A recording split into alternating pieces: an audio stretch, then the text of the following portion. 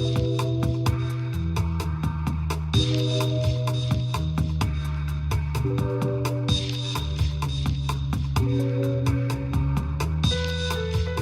I'm Morgan Pehme, Editor-in-Chief of City and State, and this is Last Look. Today, our guest is Manhattan Borough President and candidate for City Comptroller, Scott Stringer. Manhattan Borough President, thank you so much for joining us. Nice to be here. Up until right before you jumped into the Comptroller's race, you asserted that you were only focused on the mayoralty and had no intention of dropping down. Was your decision to run for Comptroller brokered as part of a deal for you to exit the mayor's race? Well, I don't know who would make such a deal, certainly not myself, and certainly not anybody I know. So no, that's not true. But, I mean, you were flagging in the polls in the mayor's race, so there was certainly an impetus to jump into a field that was wide open. Well, let's look at the glass half full.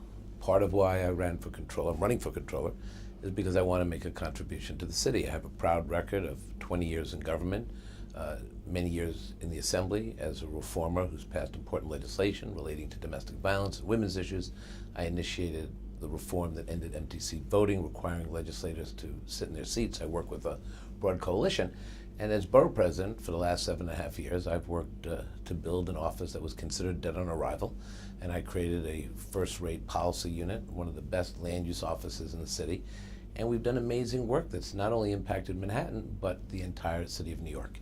And now I run for Comptroller because I want to support the middle class, the people who aspire to it, the people who feel pushed out because of they're sort of getting priced out. And we want to make sure everyone gets to stay in the city and have this wonderful, diverse economy.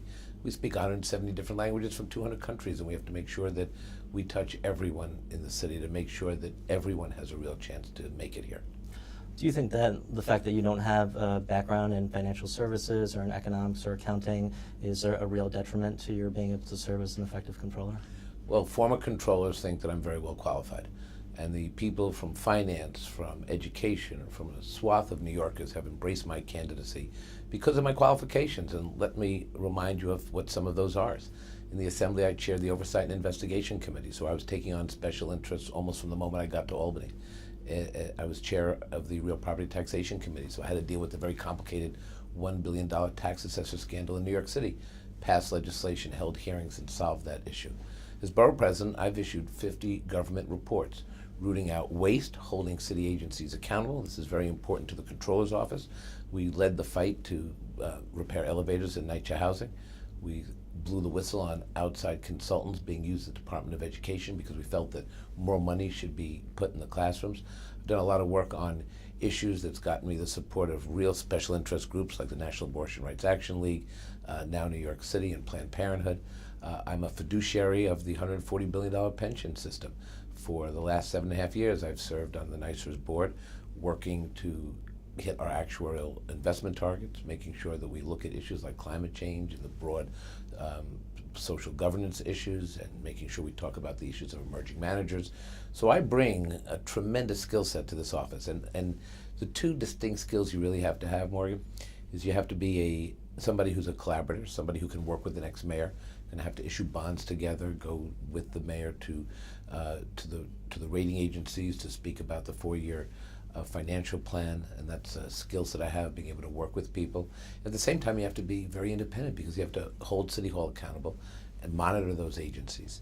And I think I bring that record, someone who can work with people, someone who can achieve results, but somebody who's been very independent and has built an office as Borough President that is really one of the best in the city. If you were Comptroller, would you try to resurrect John Liu and Mayor Bloomberg's effort to consolidate the 5 pension funds into one? Well, I think we have to think about ways to save money for the city, and I have 2 ideas. One, we have to reduce the $400 million in fees we pay out to wealthy managers, to mention parts of our pension fund, and I'm going to work to do that.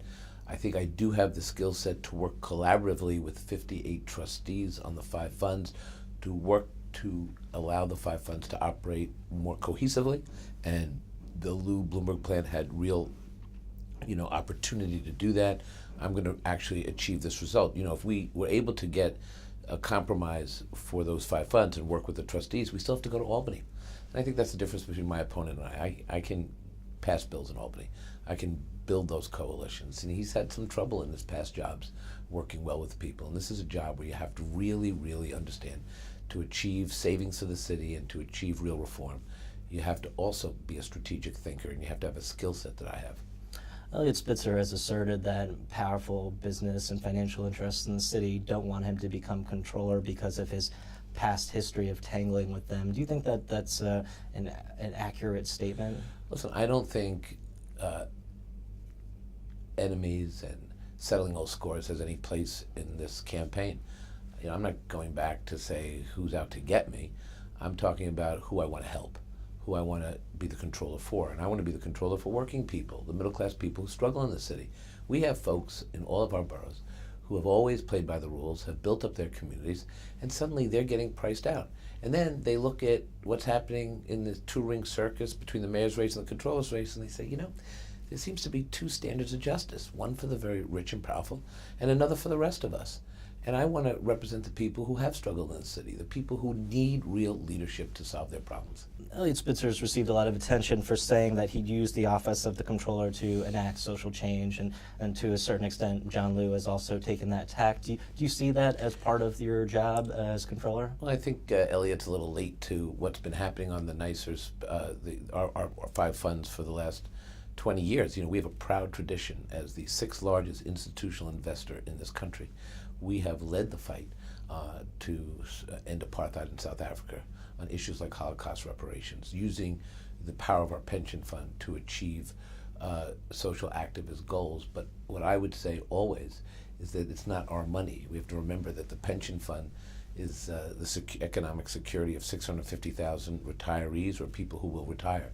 So when you look at the shareholder resolutions that we introduce, some 60 every year, it's always through the lens of what's best for hitting our actual targets, how we grow our funds. And I believe one of the ways to grow funds is to make sure that the companies we invest in are held to a high standard. So we should tie executive pay to performance. We should make sure that these companies aren't engaging in bad environmental practices. We should make sure that these companies understand workers' rights and civil rights, because that will increase the value of these companies. So when you look at that kind of social activism, it has to be through the lens of protecting our fund and growing our fund. But I have been at the table on so many of these discussions, and will continue that work as I'm doing right now as a trustee working with the Comptroller on these issues. Comptroller Liu proposed this week that legalization of marijuana could be a strong generator of revenue for the city. What do you think of that notion? I don't think that's true. In our upcoming issue, one of our columnists, Alexis Grinnell, wrote that she feels that the attacks that have been leveled against Eliot Spitzer about promoting the view that prostitution is inherently degrading to women is actually stigmatizes women who do sex work. What do you think of that argument?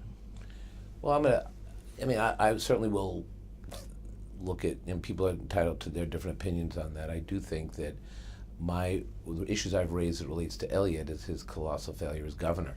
I've raised the fact that while he was Attorney General and governor, he engaged in illegal activity, money laundering, wiring money into shell corporations. We got to have one standard of justice for everybody. Morgan, if you did that, you probably wouldn't have your job today. And many people in the city who get into trouble end up going to jail.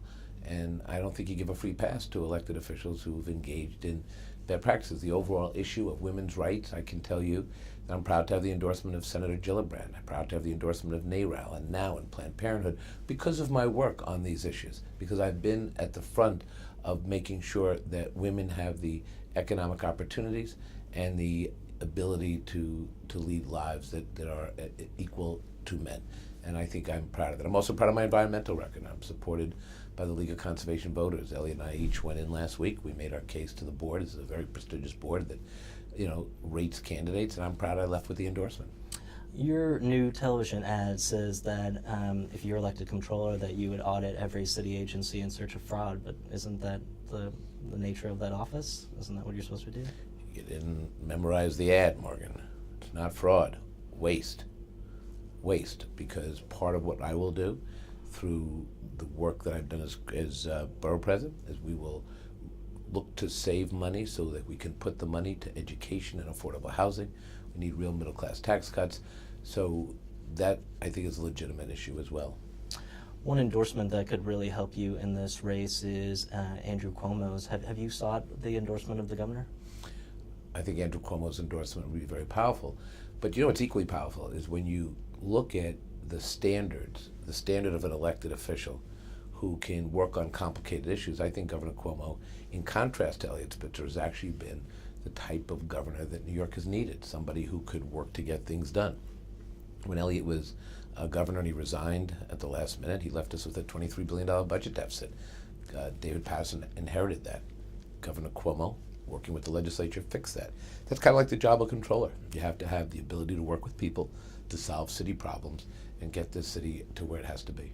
Eliot Spitzer has been trying to paint himself in this race as the anti-establishment candidate. What do you make of that argument? Are you the establishment candidate? I think Eliot is a very powerful guy, a very wealthy guy. It's certainly, I think that's fine. It's hard to be the anti-establishment guy that when you ran for governor, the whole establishment was supporting you. You raised millions and millions of dollars.